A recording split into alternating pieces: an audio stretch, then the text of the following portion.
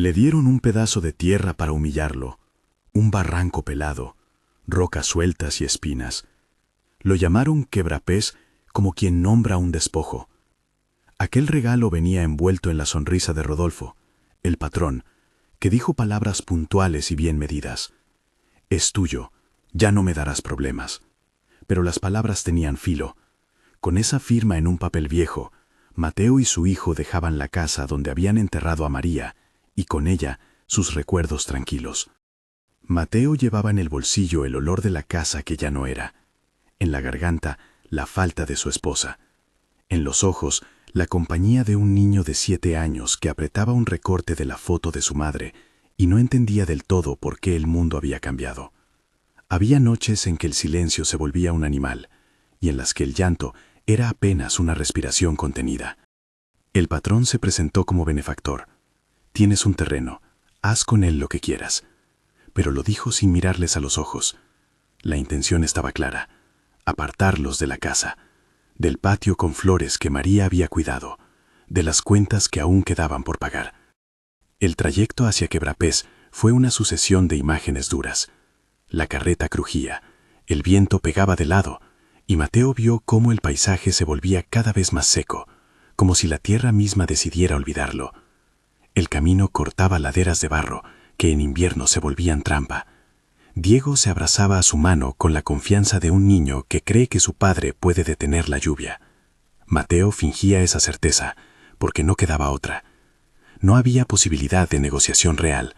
Los papeles estaban doblados en la mano de Rodolfo, y la gente del pueblo, que conocía el miedo, bajaba la mirada cuando pasaba. Cuando llegaron, Quebrapés cumplió su nombre. No había más que piedras, guijarros como dientes rotos, una soledad que resonaba en los pasos. Buscaron un rincón donde montar una lona vieja que habían atado a un tronco seco. Una tabla sostenía lo que ahora debía ser su techo. Mateo trabajó con las manos entumecidas de frío y de ira, mientras su hijo recogía ramas y trataba de sembrar en palangrés la ilusión de alguna fruta futura. Entre la humillación y la necesidad, la dignidad se volvió una cosa frágil, un plato vacío, una sábana manchada, una promesa rota de seguridad. La primera noche en Quebrapés supo a amenaza. El viento subió como si quisiera arrancar la escasa cobija que les cubría. La lluvia llegó con la violencia de quien quiere borrar huellas. Fue una cortina que no dejaba ver nada más que la propia respiración. Mateo contó mentalmente los minutos. Repasó las veces que juró no volver a pedir ayuda. Trató de alinear su orgullo con la urgencia de su hijo. Diego dormía a su lado, con la cara empapada de baba y lluvia, y Mateo pensó que lo mejor que podía hacer era quedarse despierto, como si su vigilia bastara para contener el peligro. El barro se pegó a los zapatos. El agua comenzó a filtrarse por la lona. A medianoche, un estruendo seco pareció partir la ladera. Una cascada de agua había arrastrado piedras y ramas. Mateo sintió que la tierra crujía bajo sus pies. Cada gota que golpeaba la lona era un desafío directo a su voluntad de seguir. No aquí, pensó, no con él. ¿Y qué más podía hacer un hombre solo, con un hijo que dependía de cada una de sus decisiones? Pensó en María, en la manera en que ella hubiera sostenido esa tormenta con una frase, con una taza caliente, con la aparente normalidad de quien no se permite la derrota. La ausencia de su mujer era un hueco que hacía resonar la noche. En esa madrugada, como en los días más brutales de la vida, la ayuda llegó de donde menos podía esperarla. Don Anselmo era el tipo de hombre que la gente del pueblo señalaba con una mezcla de respeto y distancia. Había vivido tanto tiempo al borde de la plaza que le colgaban encima 1000 rumores. Está medio loco, decían, habla solo y sabe más que cualquiera. A Mateo, que en el pueblo había visto virar miradas y escuchar cuchitreos, le parecía un personaje de otras épocas, con ropa gastada, botones remendados, una cajita de madera que siempre llevaba y un pañuelo idiomático en la cabeza. Pero esa mañana, cuando la lluvia disminuía y el cielo suspiraba, Anselmo apareció en Quebrapés, con las botas empapadas y una bolsa de pan seco bajo el brazo. «No te mueras hoy», dijo sin rodeos. «Hay gente que se ahoga por orgullo y no por agua». Mateo lo miró, sorprendido por la crudeza de la frase. Había algo en la voz de Anselmo que no pedía permiso para entrar en la vida de los demás. Diego asomó la cabeza desde la lona y agarró el pan con la avidez de quien ha pasado demasiadas horas con el estómago vacío. Se sentaron junto a la marea de barro y hablaron poco. No era necesario. Anselmo, que parecía haber vivido 100 inviernos sin que nadie se lo preguntara, conocía las manos que trabajan la tierra, las manos que se vuelven callosas y dulces a la vez.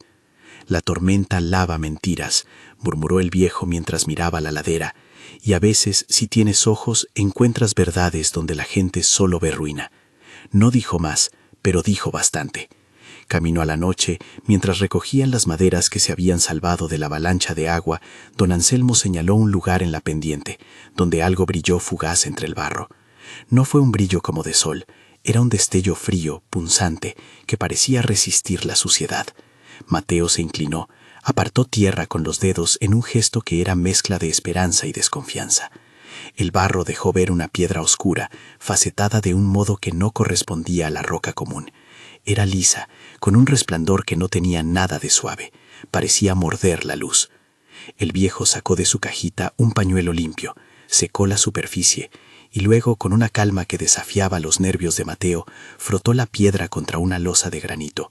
Hizo un surco casi imperceptible. La piedra no se rayó. Don Anselmo la sostuvo frente al rostro de Mateo y dijo, casi en voz baja, «Esto no es cualquiera. Puede que tengas en las manos algo que cambia tu historia, o puede que sea solo una piedra que brilla para embaucarnos. Pero ahora estamos aquí y tenemos hambre. ¿Qué vas a hacer?» En la idea de que un solo objeto pudiera sustituir noches de frío y días de hambre, había una mezcla imposible de asombro y peligro. Mateo pensó en las facturas, en las promesas incumplidas, en los ojos de Diego. Pensó también en la figura de Rodolfo, con su sonrisa de propietario, en el papel que les arrebató la casa. La idea de dinero, de comida, de una mesa que no se tambalease, golpeó su juicio con dureza. Vender una piedra, ¿qué riesgo conllevaría hacerlo? ¿Sería la salvación o, en realidad, el inicio de una nueva cadena de violencia? Don Anselmo no impuso respuestas.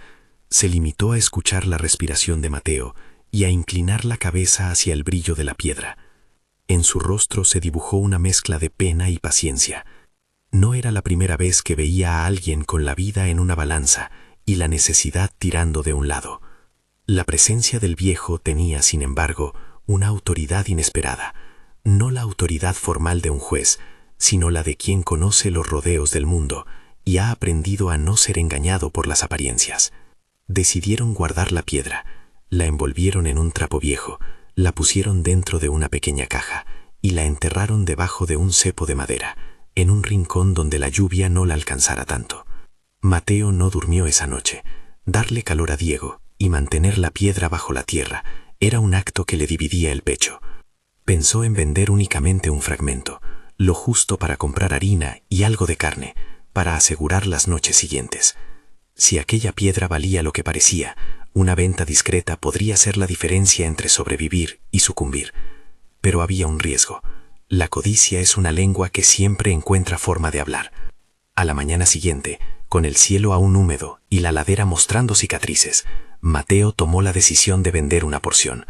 No podía prever que la mano que recibiría el pago, la del joyero del pueblo, sería una puerta abierta que muchos cruzarían con la rapidez de la traición.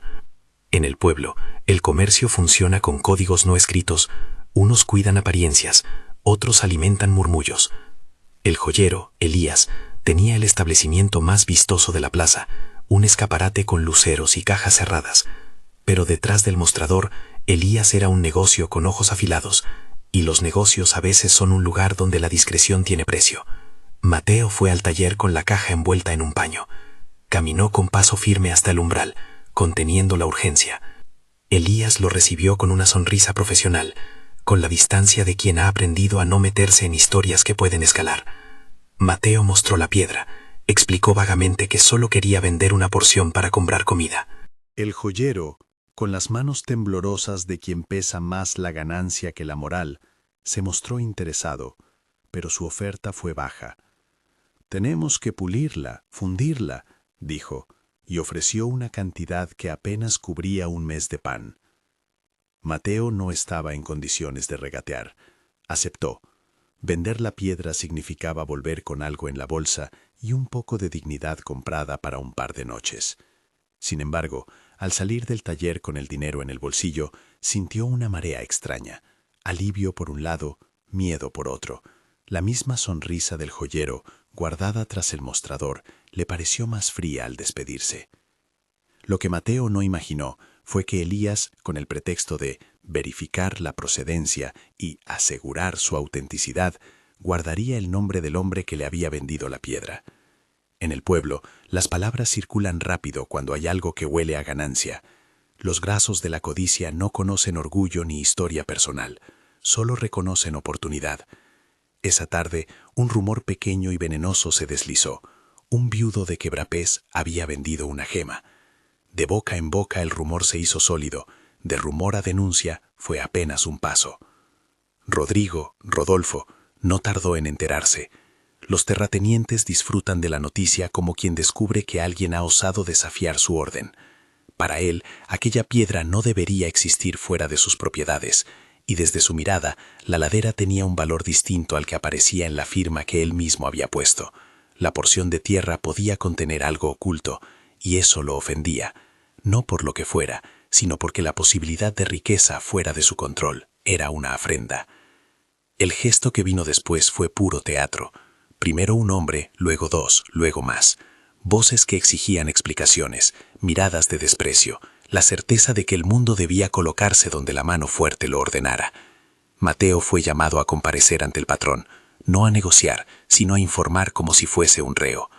Rodolfo se presentó con la serenidad hostil de quien cree que la violencia tiene licencia. La plaza se llenó de gente que apenas podía ver y mucho menos comprender, pero que sentía la electricidad de un conflicto que prometía entretenimiento. Rodolfo le preguntó por la piedra sin ninguna formalidad de examen ni de ley. Su autoridad venía de una firma y de la amenaza que arrastraba. Mateo, que había recibido una bofetada de la vida más grande de lo que hubiera imaginado, se mantuvo derecho. Tenía el dinero en el bolsillo, sí, tenía la caja enterrada en Quebrapés, también. ¿Qué podría hacer frente a la maquinaria del poder que se acercaba? Dar las piedras, pedir perdón, desaparecer, regalar el silencio. Pero justo cuando Rodolfo alzó la voz y la tensión crecía, alguien interrumpió con una calma que parecía extraña en aquel ambiente enrarecido. Don Anselmo apareció entre la gente, con pasos que no se apresuraban y una mirada que todo lo registraba. Traía en la mano una hoja ajada, arrugada por mucho tiempo, que guardó en el bolsillo como si fuera una cosa menor.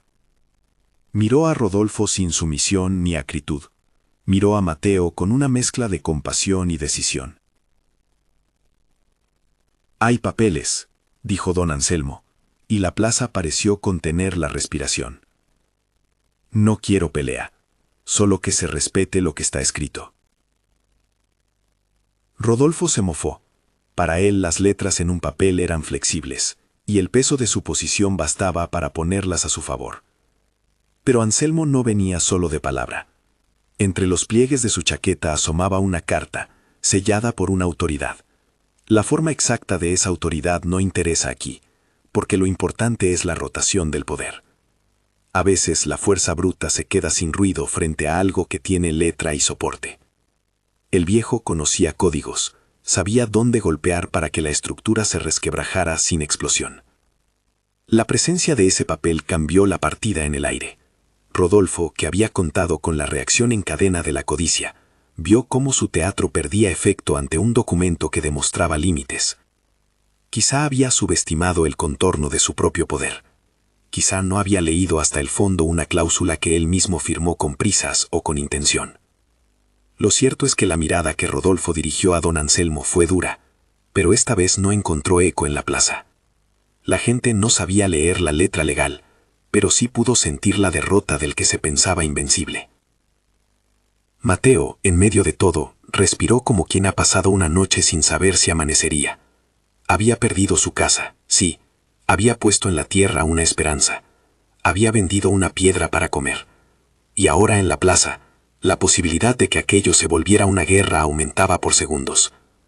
Diego, que había sido llevado por una vecina para evitar el espectáculo, miraba desde la distancia con ojos que no comprendían la complejidad de los papeles, pero sí percibían el temblor en la voz de su padre. La conversación entre Rodolfo y el viejo escaló en tensión, en palabras que cortaban por su precisión. En un momento, Rodolfo alzó el tono y amenazó: «Esto se arregla aquí, conmigo, y si hay piedras, son mías». La amenaza fue apenas un filo, pero en el filo había destino. Mateo se vio empujado a decidir: ceder para salvar la integridad física, o resistir y arriesgar lo poco que tenían. Su corazón, partido entre el orgullo y la supervivencia, no encontraba un lugar seguro. Justo entonces, cuando la tensión tocó su cima, alguien desde el costado de la plaza gritó el nombre de Elías.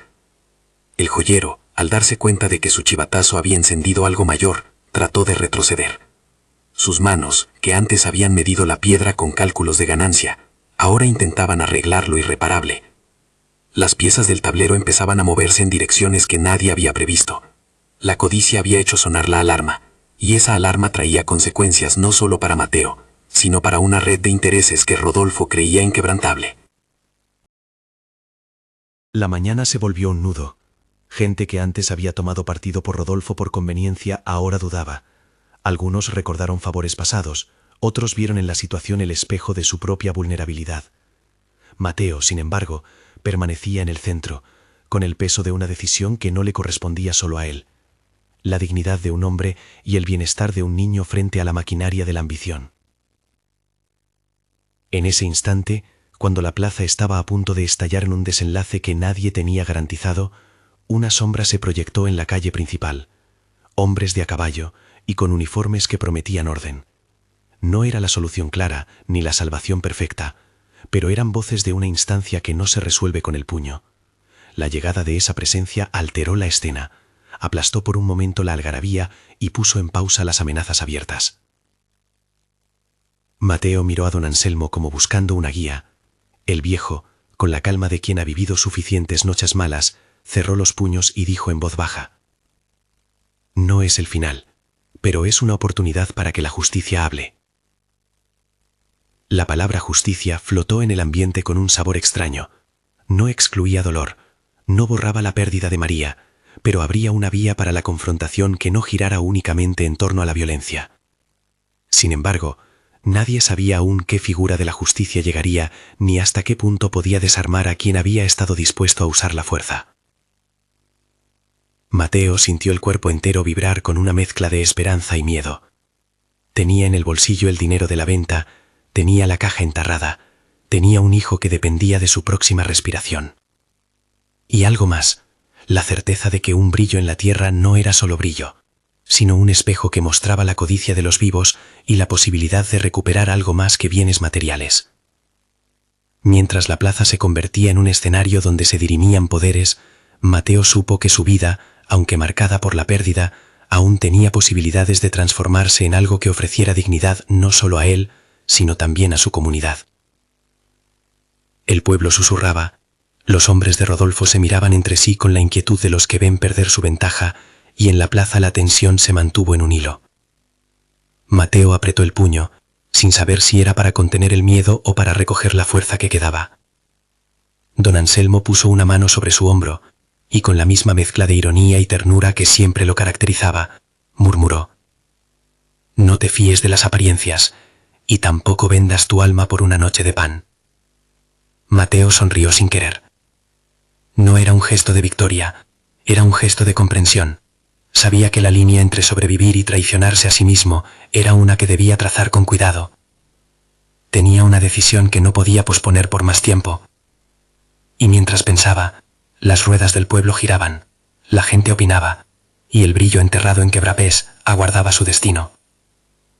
Cuando Rodolfo dio un paso más, con más hombres a su espalda, la plaza se preparó para la contienda. Mateo, con el corazón golpeándole en el pecho como si quisiera salir, miró a su hijo, que desde la casa de la vecina observaba con los ojos abiertos como platos. En la garganta tenía una pregunta que no sabía formular del todo: ¿hasta dónde ir por lo propio y por lo de los demás? La respuesta no vino en palabras. Llegó en la forma de un hombre viejo que sostenía un papel y en la presencia imprevista de autoridad que silenciaba amenazas, y en la levedad de una piedra que brillaba bajo el polvo. Mateo supo que, a partir de ese momento, no solo se trataba de salvar la vida de su hijo y cubrir el estómago vacío.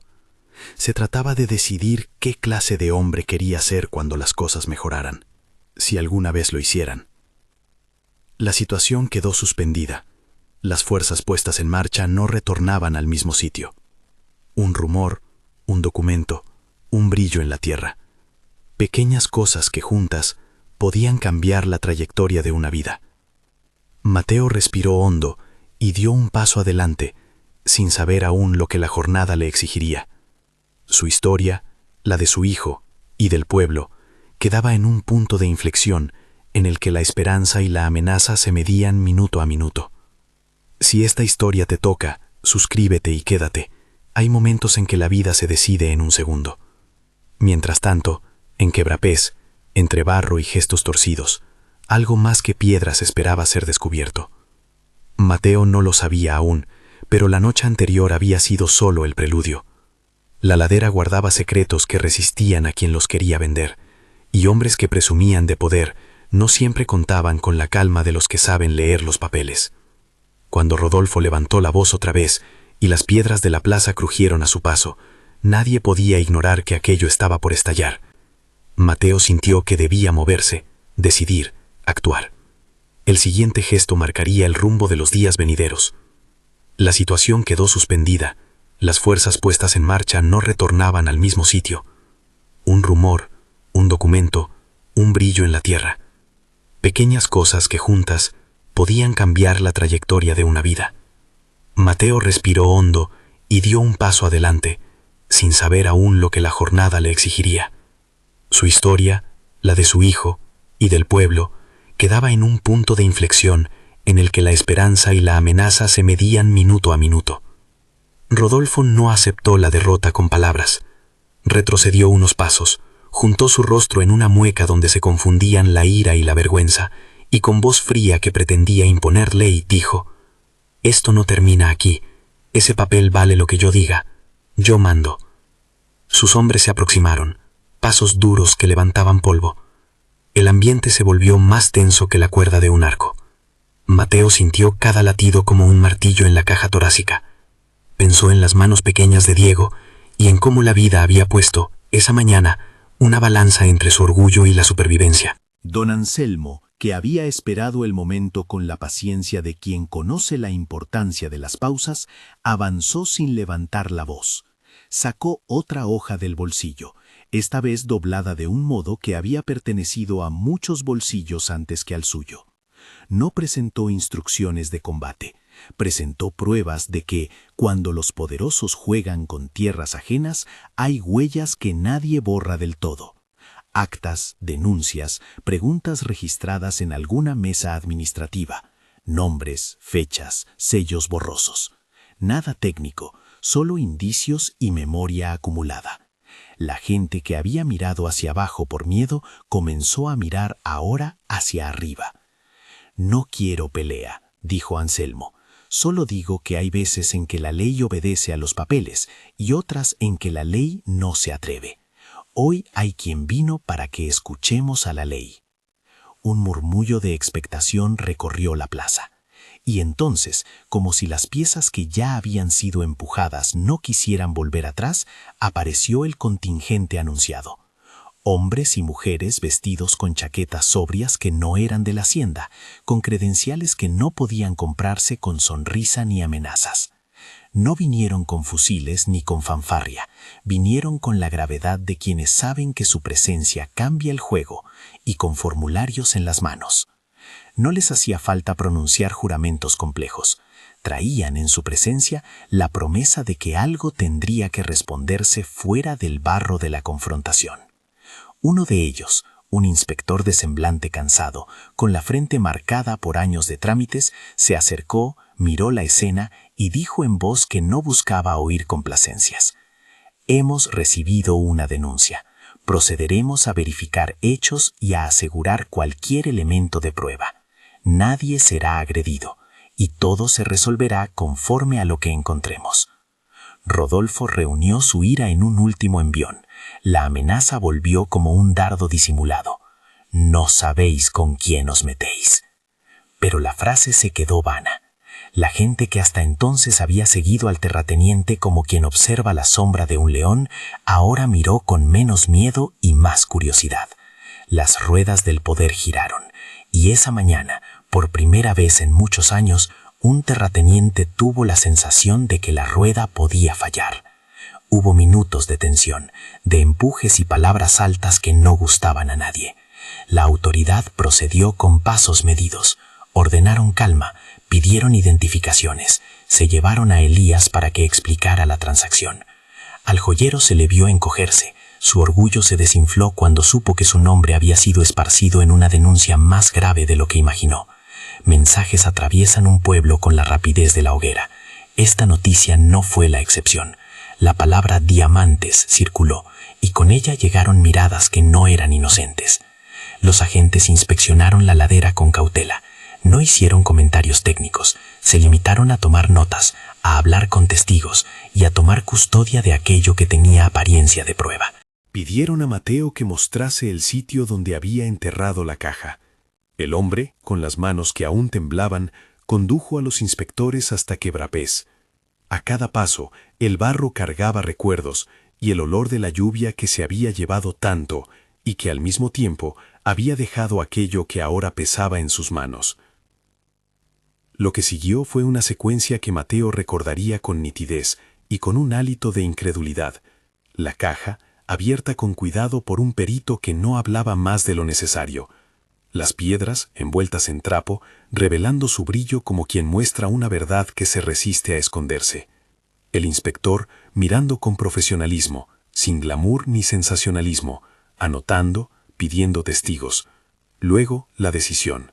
Las piedras quedaban bajo custodia de la autoridad hasta que se verificara su naturaleza y su origen. Ese gesto fue doble. Por un lado, privó al viudo del activo que había sido su salvación inmediata. Por otro, lo protegió de la rapacidad de los hombres que habrían querido expropiar el hallazgo en caliente. Mateo sintió una mezcla de alivio y despojo. Había dejado la piedra para comprar pan. Ahora la perdía temporalmente para que una investigación no la perdiera para siempre. La reacción de Rodolfo fue evidente. Su mirada se volvió venenosa. No hubo gritos de triunfo, hubo promesas silenciosas y amenazas que se pronunciaban con los dientes apretados. Su gente a su alrededor parecía más fría, menos segura. La plaza, que minutos antes vibraba del todo con su presencia, empezó a ver cómo ese poder tenía límites. Pocos días después, la calma que sigue a la tormenta trajo consecuencias. Las autoridades competentes, como dirían luego las voces oficiales en el pueblo, reunieron testimonios, cotejaron papeles y con la prudencia que evita juicios rápidos, ordenaron medidas cautelares. Impedir cualquier acto de violencia, suspender extracciones no autorizadas y tomar declaración a quienes aparecieran implicados. Rodolfo recibió, formalmente, una notificación de que su conducta estaría bajo revisión. No fue una sentencia, fue al menos un freno a su impunidad. La noticia de que la ley había puesto sus ojos en la ladera debido a la denuncia de don Anselmo amplificó una sensación extraña entre los vecinos. Si un viejo con fama de loco había conseguido esto, ¿qué más podrían lograr quienes no se resignan a la injusticia? Pequeñas conversaciones comenzaron a mutar. La gente recordó favores pasados que el terrateniente había cobrado con intereses y corazones que antes se inclinaban por miedo empezaron a dar pequeñas señas de solidaridad hacia Mateo. No fue una ola de heroísmo masivo, fue algo más sutil. Una comida llevada en secreto a Quebrapés, una mano que ayudó a reforzar la lona, la vecina que dejó a Diego pasar la tarde para que el padre pudiera dormir unas horas. Mateo, sin embargo, no dejó de sentir la tentación de usar la primera piedra que había vendido como un paraguas contra el futuro incierto. Había noches en que se preguntaba si había tomado la decisión correcta al confiar en el procedimiento de la autoridad. Cada llamada al inspector, cada espera en el juzgado municipal, era una herida abierta de sus prioridades. Su corazón, forjado por la necesidad de proteger a su hijo, oscilaba entre la urgencia de la mesa llena y la esperanza de un resultado justo. En ese limbo, don Anselmo mantuvo una presencia silenciosa pero decidida. No era un hombre que buscara elogios. A Mateo le dijo, en voz baja, una tarde en que la lluvia volvía como si quisiera recordarles quién mandaba: las cosas que cambian el mundo no son siempre las que brillan, a veces es la constancia de un gesto pequeño. Y Mateo, que había aprendido a confiar en la sabiduría escondida en la sencillez del viejo, comprendió que la verdadera batalla no estaba únicamente en demostrar la propiedad de esa riqueza, sino en decidir para qué servía. Los días siguientes fueron de trámites y conversaciones. Hubo quien sugería vender todo y marchar a la ciudad. Otros, con menos palabra y más corazón, propusieron crear algo duradero para el pueblo. Diego, que ya entendía la gravedad de los silencios, preguntó una vez, con la inocencia de los niños que aún no calculan pérdidas: «Papá, ¿vamos a comprar una casa nueva?». Mateo miró el rostro de su hijo y la respuesta surgió con una claridad que lo sorprendió a él mismo. «No, hijo, vamos a usar esto para que nadie pase lo que pasamos nosotros». Esa frase, pronunciada con la humildad de quien insiste en no convertirse en lo que tanto criticó, fue el punto de giro de su decisión. No era egoísmo, era un acto de responsabilidad que quería romper el ciclo de humillación. Decidió, con el apoyo de un pequeño grupo de vecinos y la asesoría no oficial pero efectiva de don Anselmo, que una parte de los recursos que pudieran obtenerse serviría para crear instalaciones comunitarias, una pequeña sala sanitaria, un comedor para días de crisis y un aula donde los niños no tuvieran que caminar kilómetros para aprender. El proceso para transformar la piedra en obra colectiva no fue inmediato ni exento de dificultades. Primero vino la verificación de las piedras. Peritos confirmaron que, efectivamente, algunas de ellas tenían el valor de gemas preciosas. Ese dato, que a algunos les sonarían como una bendición sencilla, trajo consigo la responsabilidad de manejar la transparencia. Decidieron conformar una pequeña comisión vecinal que incluyera al vecino del almacén, a la maestra de la escuela, a don Anselmo y, por supuesto, a Mateo. El objetivo era evitar que la riqueza se convirtiera en la plataforma de un enriquecimiento privado sin control. La comunidad, que al principio miró con recelo la idea, poco a poco entendió que aquello era una oportunidad para cambiar más que vidas individuales. Hubo debates fuertes: ¿vender todo de golpe? ¿Guardar las piedras por si acaso? ¿Buscar mecenas? Cada propuesta traía consigo conveniencias y riesgos. Mateo, que había perdido la casa, la esposa y la sensación de seguridad, aprendió a escuchar los matices. No era su momento para decretar, sino para construir consenso. Y la gente respondió. Las pequeñas donaciones, la participación en asambleas, la supervisión ciudadana, todo se organizó con más modestia de la que aparentaba. Mientras tanto, Rodolfo no quedó impasible. Perdió lentamente la placidez con que solía ejercer el dominio. Sus cuentas empezaron a recibir revisiones. Algunos de sus contratos con proveedores locales se resquebrajaron. Su influencia, antaño de hierro, menguó frente a la presión pública que la investigación había destapado. No fue una caída repentina. Fue el desgaste que proviene de sostener una construcción moral frágil. El orgullo de quien se ha creído dueño de los destinos ajenos empezó a agrietarse. Elías, el joyero, tuvo su propio proceso. Al principio trató de justificarse con la lógica torcida del comerciante que mide riesgos, pero la vergüenza lo alcanzó en el rostro del pueblo. Las manos que antes guiñaban a la codicia comenzaron a temblar por la culpa. No hubo linchamiento ni venganza, hubo más bien un lento distanciamiento. Algunos le cerraron la puerta. Otros más misericordiosos lo invitaron a colaborar en la reconstrucción como una forma de reparar el daño. Elías escogió caminos de silencio y trabajo, una forma de expiar que no buscara aplausos. Los meses se fueron acumulando como capas de tierra. La vida lenta pero cierta imprimió en el pueblo nuevas rutinas. Llegaron fondos por la venta de algunas gemas, después de un proceso de subasta transparente, supervisado por autoridades locales y por peritos independientes. No se vendió todo. Se vendió lo suficiente para financiar los proyectos mínimos que la comisión había propuesto. Mateo, que había sentido la tentación de acaparar seguridad personal, prefirió ceder a la idea de comunidad.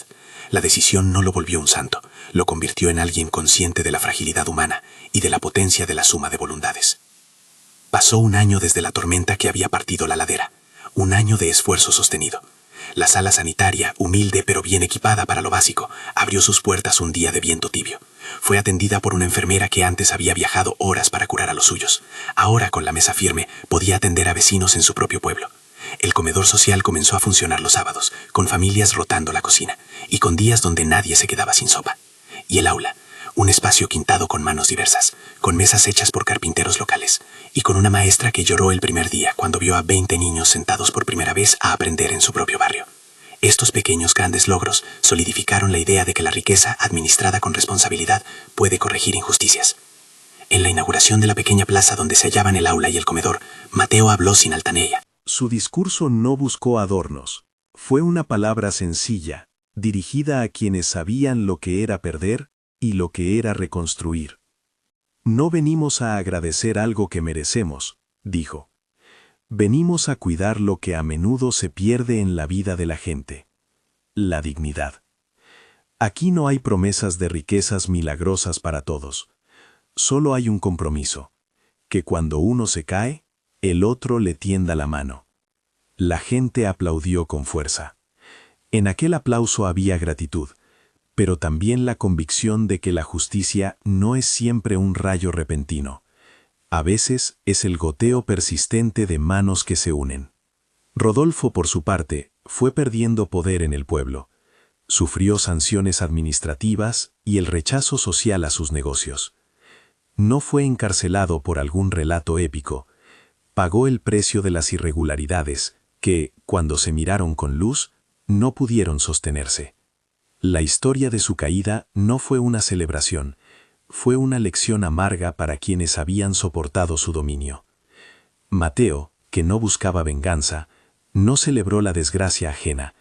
Se limitó a ver que la balanza, por una vez, había tendido hacia un equilibrio que él no se atrevía a reclamar en privado. La vida de Diego tomó una forma que prometía continuidad. Empezó a dormir con menos sobresaltos, a jugar sin el miedo que se pega a la ropa mojada de la angustia. Habitó mejor. En la escuela comenzó a aprender a leer y a dibujar. Sus dibujos, que al principio eran casas pequeñas y familias de palitos, se transformaron en paisajes donde los árboles ya no estaban solos. Mateo vio en su hijo la prueba de que la dignidad que buscó no fue en vano. Pero la historia no terminó en la inauguración de edificios. El verdadero juicio estaba en la forma en que la comunidad administraría aquello que había recibido. Mateo, por consejo de Anselmo y por su propia experiencia de haber sido despojado, propuso algo inusual: un fideicomiso comunitario, con reglas claras y con rendición de cuentas trimestral. No se trataba de crear burocracia innecesaria, sino de evitar que la semilla que había salvado a algunos se convirtiera en hierba alta para el beneficio de pocos. La decisión fue aplaudida y discutida. No todos estuvieron de acuerdo, pero el consenso robusto creció. La vida siguió siendo imperfecta. Hubo días de dudas, hubo críticas de quienes pensaban que Mateo había actuado con poquito celo por sí mismo. Hubo quienes, incluso, insinuaron que la suerte había sido más obra de la codicia del campo que de la justicia. Pero la comunidad, testigo de noches de lluvia y de la ardua reconstrucción, supo que la fuerza más grande no venía de la piedra, sino de lo que cada uno estaba dispuesto a hacer con lo que tenía. 1 año y medio después, en una mañana clara, Mateo regresó a la ladera por primera vez sin la urgencia que lo había empujado antes. No fue a buscar diamantes, fue a plantar un árbol. A su lado, Diego enterró una pequeña semilla, con la seriedad de quien comprende que las raíces hacen la diferencia. Don Anselmo, con su pañuelo en la cabeza, sonrió sin decir nada, como si supiera que el silencio también es sabiduría. Antes de marcharse, Mateo fue a un rincón donde había guardado algo desde la primera noche en que la piedra apareció. Había una tabla vieja, una caja pequeña y un marco rudimentario hecho por manos del pueblo. Dentro del marco colocó la primera piedra, la que había sostenido con miedo y esperanza, No era una pieza para presumir, era un recordatorio. La colocó en la pared del comedor comunitario, en un sitio donde la gente pasaba a diario. La primera piedra quedó allí, enmarcada y visible, como un espejo de la historia. Lo que fue arma de supervivencia, se volvió recuerdo y lección. Esa imagen, la piedra en su lugar, la mesa compartida, el aula con niños y la enfermera atendiendo con calma, fue el símbolo que más resonó en la memoria colectiva, no porque la riqueza hubiera resuelto todo, sino porque había sido usada como puente para sanar heridas abiertas por la indiferencia y el abuso. En el fondo de todo, sin embargo, quedó una pregunta que no desaparece con la inauguración de obras ni con la caída de tiranos. ¿Qué hacemos cuando la vida nos pone ante una oportunidad de cambiar el destino propio y el de otros? Mateo respondió con humildad. Decidió no guardarse el pan para un solo invierno, sino invertirlo en la permanencia de una comunidad. No lo hizo por sentir que merecía un premio divino, lo hizo porque había visto de cerca la fragilidad humana y había elegido la dignidad sobre la seguridad individual. Hubo, claro, quienes siguieron sin creer que la fe tuviera que ver con aquellas cosas. Otros interpretaron el episodio como un milagro. Mateo, hombre práctico, no quiso convertir su experiencia en doctrina. En una ocasión, en la inauguración del aula, pronunció una frase que muchos recuerdan. No vine a decir que esto va a pasarle a todos los que sufren. Vine a decir que cuando no renuncias a la dignidad y cuentas con la compañía del pueblo, las cosas pueden cambiar. Las palabras fueron recibidas entre aplausos y miradas de reconocimiento. Era una sentencia que evitaba la simplificación de la prosperidad como fórmula universal y que al mismo tiempo abría la puerta a la providencia entendida como comunidad, justicia y responsabilidad. Con los años, la historia de Mateo y la piedra se convirtió en una referencia en el pueblo y en los alrededores. Llegaban visitas, nos contaban, no de gente con la intención de saquear, sino de quienes querían aprender modelos de gestión comunitaria. Mateo no buscó protagonismo. Seguía siendo el mismo hombre que había recogido ramas para hacer techo. Su diferencia radicaba en la capacidad de transformar el dolor en compromiso. Don Anselmo envejeció con más calma. No reclamó reconocimiento público. Su recompensa fue la mirada agradecida de quienes entendieron que su aparente locura era en realidad sabiduría acumulada. A veces, cuando pasaba por la plaza, dejaban sobre una mesa un plato de comida y una taza de café. Él aceptaba con la misma dignidad que había brindado. Elías aprendió a mirar diferente. No se convirtió en un benefactor inmediato, pero su rostro dejó de ser sinónimo de frío. Trabajó, ayudó a pulir algunas gemas para subastas transparentes y participó en la reconstrucción con manos de carpintero. Su arrepentimiento no borró lo ocurrido, pero lo transformó en acción. Rodolfo se fue quedando más solo. No hubo escena de escarnio público. Hubo, en cambio, la lenta y pobre compañía de aquello que se construyó sobre ventajas ajenas. Es una lección que la gente del pueblo recordaba con cierta tristeza, que la arrogancia siempre tiene fecha de caducidad. En una tarde de otoño, tiempo después, Diego se acercó al marco de la primera piedra. Ya no era aquel niño tembloroso. Tenía cabello más largo, manos fuertes de quien juega y ayuda. Miró la piedra en su sitio y dijo, en voz que llevó el eco de la crianza, «Papá, gracias por no esconder la piedra». Mateo lo miró y sin grandes frases tuvo la certeza de que su camino había tenido sentido. La decisión que tomó en noche de tormenta, la venta de una pequeña parte para comer y la apuesta por la comunidad, todo ello había tejido una red que lo sostuvo. No había promesas universales en ello, solo la experiencia de que la verdad o la justicia a veces aparece bajo la lluvia y si la cuidamos, se convierte en vida para más. Antes de cerrar aquel capítulo, en la plaza se colocó una placa donde se explicaba, de modo sobrio, lo ocurrido. No fue una carta de gloria para nadie, fue un recordatorio administrativo, en memoria de lo que sucedió aquí y como lección para las generaciones futuras. Esta comunidad eligió transformar la adversidad en servicio. La lectura se hizo con voces firmes y discretas. En la última escena que quiero contarte, la cámara mental se posa en el comedor comunitario. Es la hora en que el sol cae y las sombras se alargan. Dentro, mesas largas donde la gente comparte pan y conversación. En la pared, el marco que contiene la primera piedra. Al lado, una foto pequeña de María, la esposa de Mateo, puesta allí por el hombre que la amó y extrañó. Hay una estética humilde, platos de barro, una lámpara que emite luz cálida, risas contenidas. Y en ese ambiente imperfecto, Mateo coloca la mano sobre el marco y susurra una frase breve, que no es lección, pero sí reconocimiento. Gracias por enseñarnos a no rendirnos. Esas palabras no pretenden cerrar un tratado teológico ni prometer riqueza a los que sufren.